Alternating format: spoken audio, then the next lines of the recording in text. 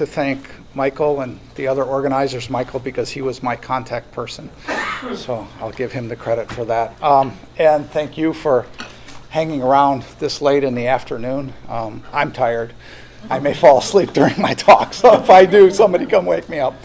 So what I'd like to talk about today is our efforts to think about problems related to protein design in a number of different contexts, but I thought I would present the results today in the context of something called epistasis. And so to begin with, I'll remind you, if you don't know already, what epistasis is.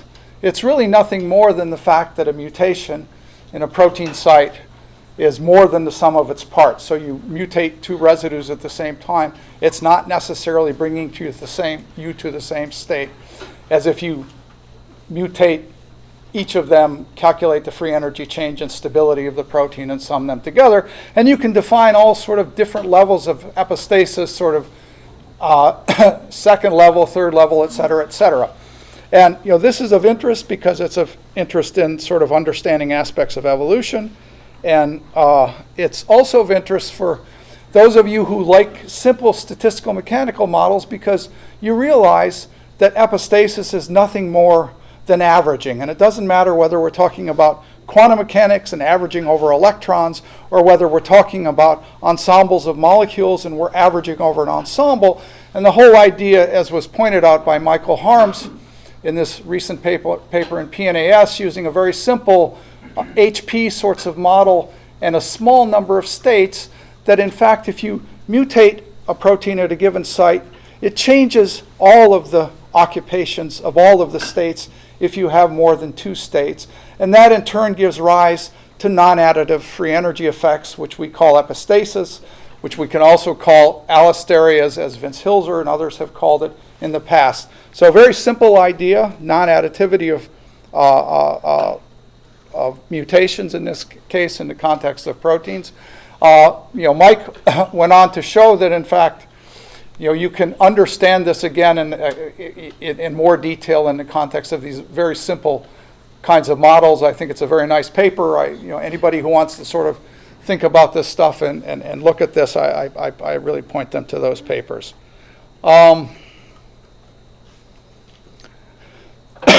So does that happen in real proteins, and to what extent does it happen in real proteins? Again, I'm borrowing data from Mike Harms' publications, this one in Genetics in 2017.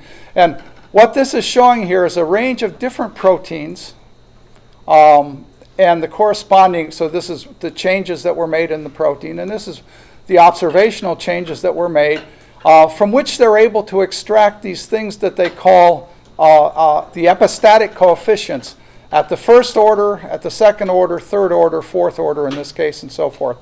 And while you could look at the details of these things if you really wanted to, the main point is that shown here in this far right of yours slide, which shows really the percent to which epistasis beyond the first order is important in the processes associated with this particular protein and the corresponding changes that are occurring there. So you see it changes, ranges from relatively small, I think that says 94%, although I can't really see from here, to things that are in the 60% or so importance of epistatic processes, non-additive processes, in dictating how whatever property it is changes, whether it's the stability, whether it's ligand binding, or some other property of the protein. Turns out that you can translate those to free energy differences as well. And again, look at this in the context of non-additive free energies, as I introduced really on the first slide and was introduced in this very simple sets of models from Mike Harms' group.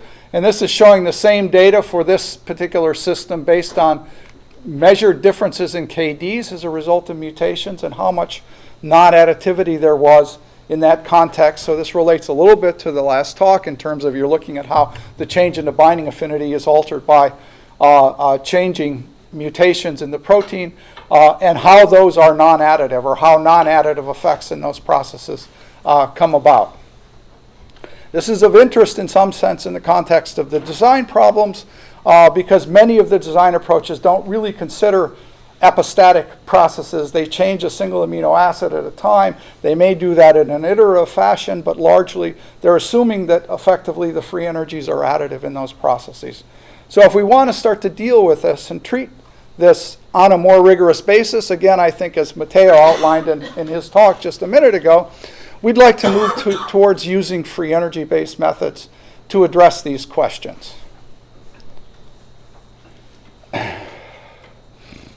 Our approach, and what I'll tell you about in the sort of rest of the talk today, has been to try to calculate using our multi-site lambda dynamics, so our approach to doing free energy differences, changes in folding stability where, this is again the thermodynamic cycle.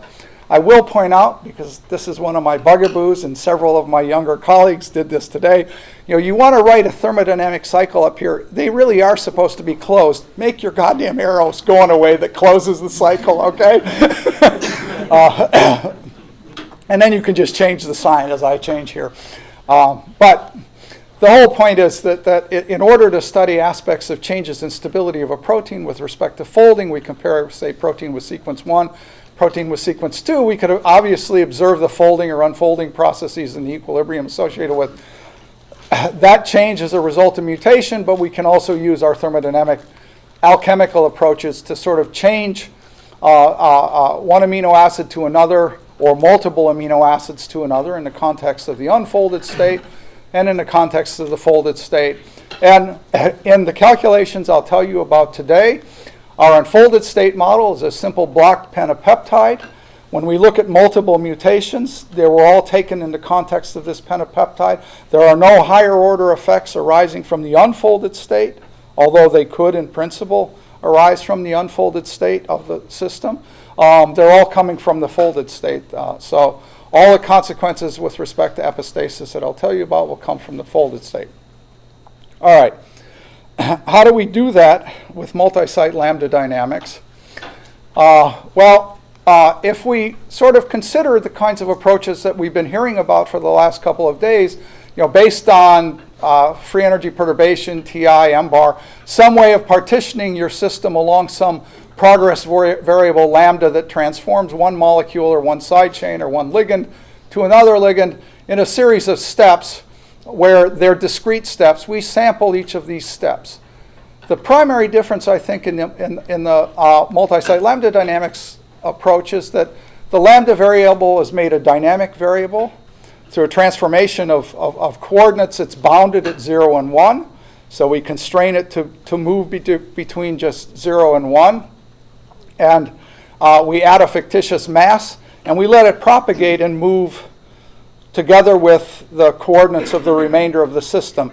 And the philosophy and idea here is really that those kinds of collective moves that happen in configuration space that make molecular dynamics in many instances more efficient than naive-based Monte Carlo move sets for sampling, say, dense system configurations are also going to be useful in moving through chemical space. So as our receptor fluctuates, whether it's an amino acid change that we're looking at or whether it's a small molecule change that we're looking at, those are going to be able to respond to the system in a way to take advantage of that environment and pop up when they want to be there and disappear when they want to be there.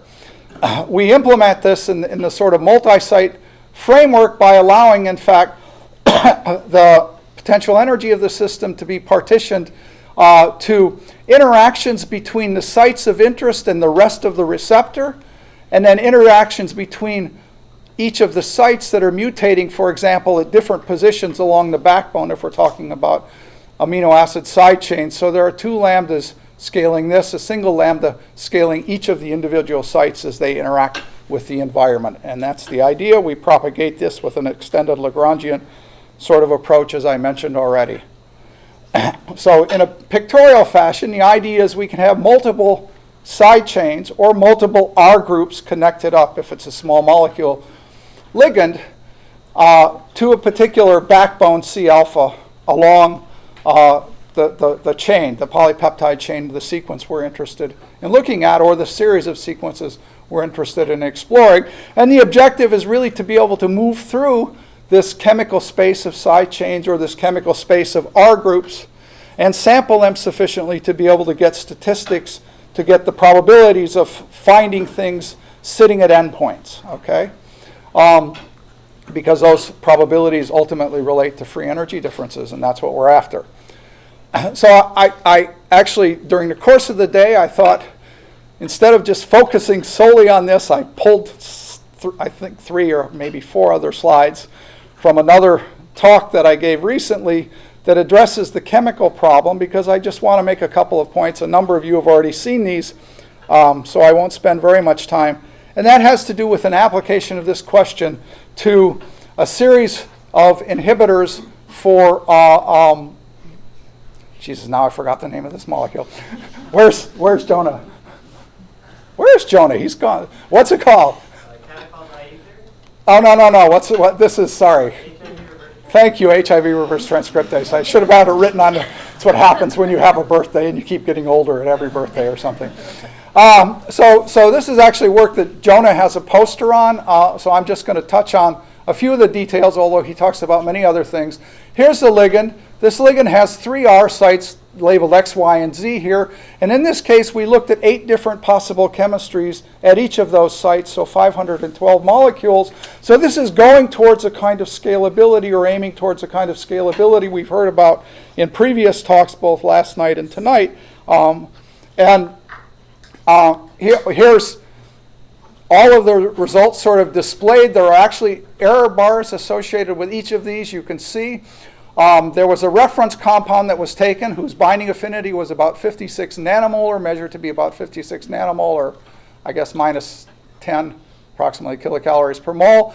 All these guys that are blue, some 30-ish ligands, have better binding affinities. All that are red have about the same, and all that are black have poorer binding affinities. But that whole space of 512 ligands in this case were sampled, I think, to a level of statistical precision that was sufficient to really allow us to learn about this much larger space in the context of a relatively short calculation compared to many other kinds of free energy calculations using thermodynamic integration or just pairwise considerations of ligands. This calculation is, well, I think I'll say it on the next slide. This calculation, I think, takes about a day and a half to 2 days on 5 to 7 GPUs. So it's at a time that starts to be accessible to the kinds of cycles that one would like to have in pharma. We did some quantitative comparisons with measurements of EC50s for 3 series of ligands that bind to this protein. These are all taken from Bill Jorgensen's lab, so measured in the same laboratory. Anna, you may have measured some of these. I don't know. No, I guess not. Okay. You see that the overall error is about 0.9 mean unsigned error, and about 1.13 across these ligands. It's a small sample in this case for which we have data, but I think it's indicative that the force field as well is not that out of balance. This is the CGN-FF force field. And then we went on and did, I've forgotten how many ligands are here, but compared M-bar TI-based calculations with multi-site lambda dynamics across some of the best binders that we found from the set of 512, some of the worst and most troublesome binders that we found. And again, we see, I think, that this indicates that the sampling we're getting from multi-site lambda dynamics is basically covering the same sorts of space and giving us the same free energy changes that we get from conventional thermodynamic integration M-bar sorts of approaches. All right. That's supposed to be the same force field? That is the same force field. But I guess here's my fiery comment from a different talk. Oops, which I went past too quickly. I will go back just because I worked. Oops, yeah, right there. Come on. All right.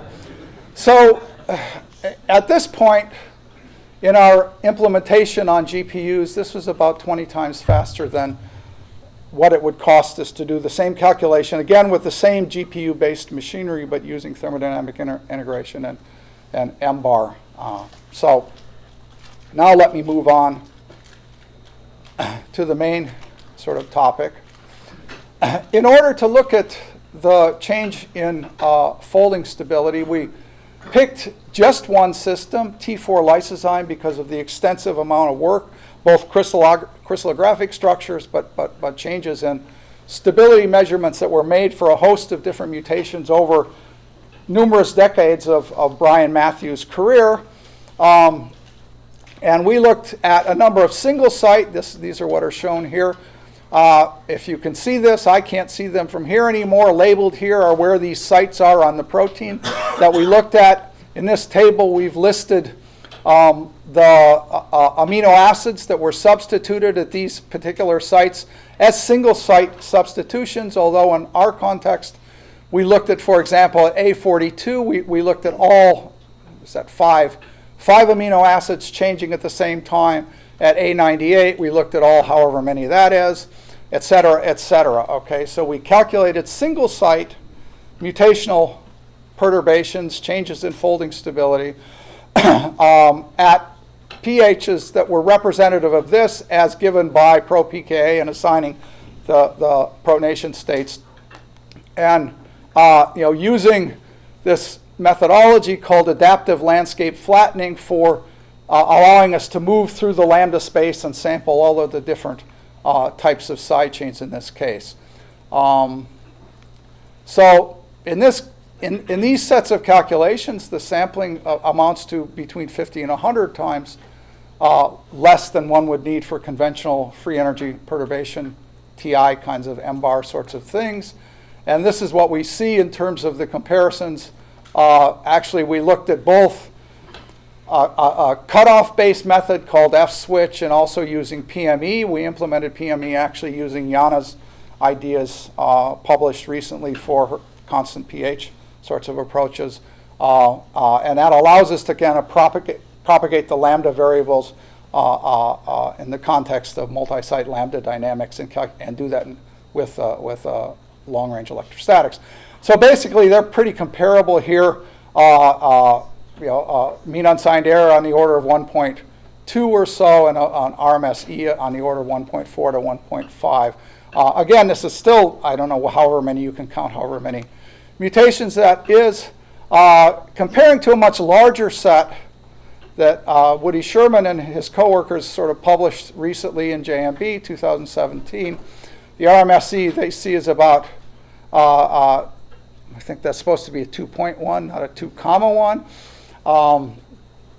With R value of about 0.63, Pearson R value about 0.63, but that's over a broader range of mutations and across a larger number of different proteins. Although we could argue that many of them are always going from larger residues to smaller residues, which are easier to converge. In some of these instances, we go around, but it doesn't matter. It's there. That it is what it is. We're doing, I think, reasonably well for these multiple sites. All right, here are a series of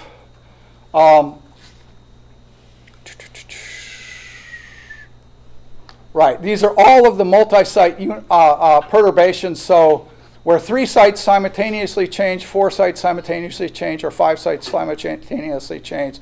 So in the case of the 3 sites, we really only had these particular residues going to methionine. In the change of the 4 sites, it was these single substitutions at a site, but all of them are coming in. So, in some cases we have a single methionine substitution, a double methionine substitution at any of these 3, or all 3 of them occurring at the same time, and we're getting all of those free energy differences at the same time. Analogously here, and then for the 5 site, we had 240 total possibilities in terms of different sequences that we're able to explore simultaneously. And sort of these are the overall RMS errors.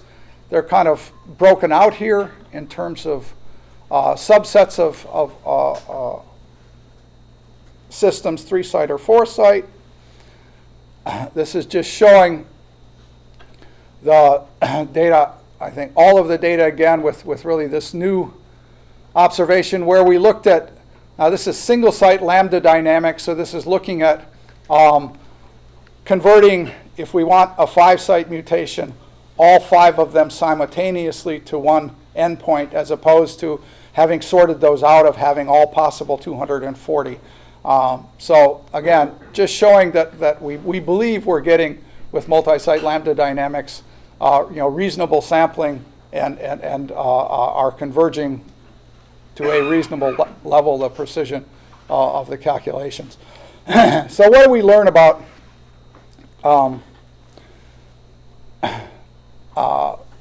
epistasis? So for T4 lysozyme, for the 3-site system, of course, we can only have third order epistasis.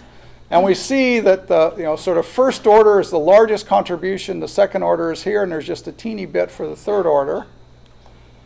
For the 4-site system, we can go up to fourth order epistasis, and you see the sort of free energy contributions, or the epistatic coefficient corresponding to those free energy differences that I spelled out earlier.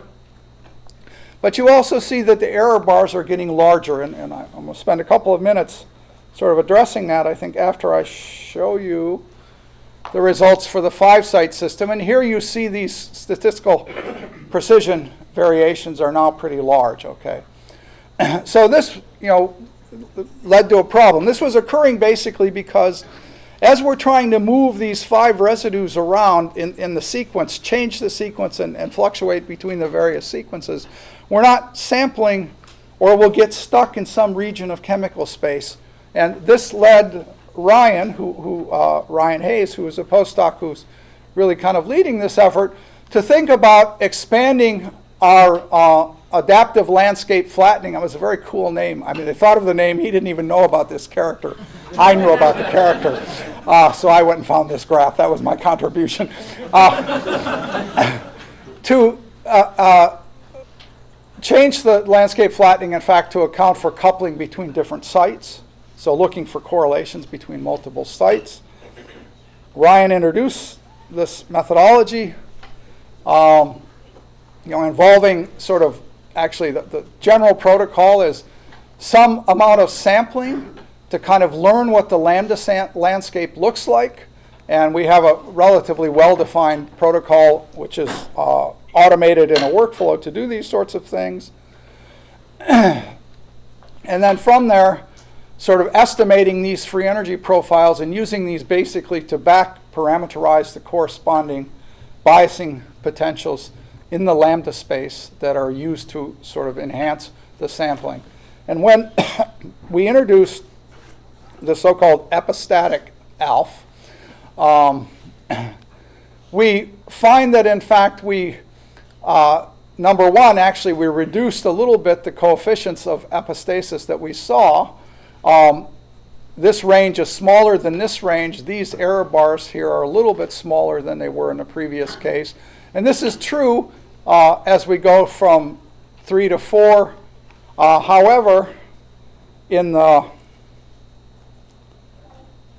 5 simultaneous residue sort of mutations, we didn't see the kind of improvement that we were hoping to see. So these 5-site mutations improve sampling of the entire space. We saw this by seeing the counts increase between sampling different states of the system, but noise and/or lack of convergence, this was a total of 20 nanoseconds of sampling, are still significant. And it could well be, and there was, in fact, some reorganization of the protein backbone, which really probably indicates we needed to do more sampling. I know that Ryan has run some of these out to 100 nanoseconds of sampling, and he sees a little bit of improvement, but it's not really very dramatic going to 100 nanoseconds either. So that's sort of where this is in the context of being able to look at protein-based mutations. So the question is, is there a role for multi-site lambda dynamics or other sorts of free energy methods, which was sort of posed in the last talk as well, in protein design? So our position is that sort of this is a framework, in fact, that is rigorous in the context of the statistical mechanics, should be able to explore protein stability landscapes in a combinatorial complex way with with combinatorial sets of sequences. I've shown you that we get to sort of 5 amino acids, and it looks like the sampling is difficult. Unlike conventional protein design approaches, we're using a physics-based force field, and in many instances, I've tried to show you this, that our initial agreement with the experiment is really pretty good. Beyond these conventional protein designs, the backbone and multiple side chain flexibility are really incorporated into the protocol at the very beginning. And migrating this to GPU accelerated, just as other people have said, significantly reduce the time to solution. We think making these, at least in a directed fashion, feasible approaches to think about doing design kinds of problems. And I will finish with my acknowledgement slide. Sort of key players here were Ryan Hayes, Jonah Vilsack. Jonah has a poster talking about some of his other work on ligand binding as soon as our session this afternoon is over. Other people who have contributed to helping with multi-site lambda dynamics, as well as Zhiying Guo, who was here earlier, when she was, luckily to me, a colleague of mine some time ago. Funding from these people, and finally I'll stop and thank you.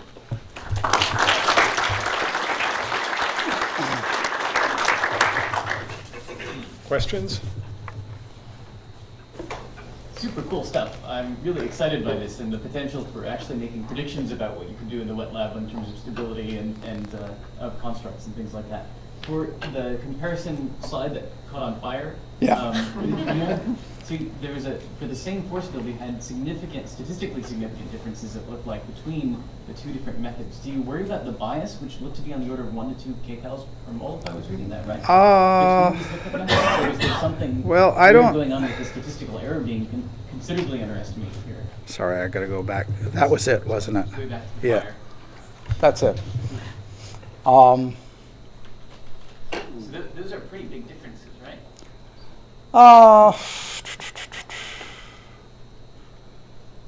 What is the? They're weird units. Yeah, I've got a. Yeah, they're like half a kcal. 2.3, yeah. Yeah, I thought the numbers were on here. Sorry, I got to do the fire again, but the numbers are on here. Oh no, I'm sorry, the numbers aren't on there. I thought we had the numbers somewhere. Do you remember the numbers, Jonah? What's the mean RMSE, for example, or the mean unside error between the M bar and the? It's about half a kcal. So that's right. So it was about half a kcal. I don't. The threshold effect of using anything greater than 0.8, or is there something? No, because in fact this was all 0.99, I think, right? 0.99. Yeah. So this is with the ALF sort of method, we're able to go out to only sample things that are 0.9, lambda 0.99. So there's none of that problem there. I didn't think they were that big. I guess I would go back to the comment you made earlier about your convergence testing thing, and 2 simulations, set up independently and run independently were giving different results. Within half a kilocalorie per mole for 2 things that probably are not fully converged. Maybe it doesn't surprise me. I don't know. Yeah. Have you considered using MBAR sort of as for its reweighting purposes, so that if you do wind up sampling things that aren't in the threshold within the 0.99 or the 0.8, you're still collecting samples and you can just reweight so that it contribute? And then just wondering if that's. We haven't implemented it yet. Okay. We've considered it. And then there are other sort of estimator approaches that we've also worked on that we're working on trying to sort of implement, but yeah. So you have considered land additivity in the solid state, but do you think that land additivity also comes from the unsolid state as well? The lambda. Land additivity, because in the complex you model the Markov notation simultaneously, but in the unfolded state, you didn't capture that. So I probably, maybe I confused you. I'm not sure I'm understanding the question. I showed 2 different sets of calculations. One had to do with ligands binding to a single protein, and there we only changed the ligand. And that was that scattered data, the 512 thing. In the other case, I showed you T4 lysozyme where we made multiple mutations in the sequence.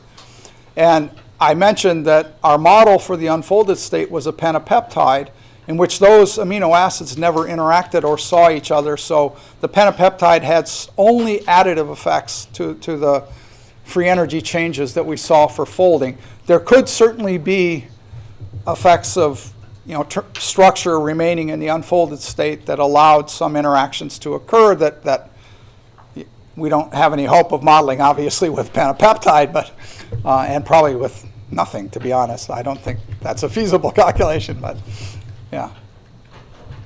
Any other questions for Charlie? Okay, from the looks of the audience, we might need one more quick cup of coffee. And then after that, we've got 2 final talks for the afternoon. So.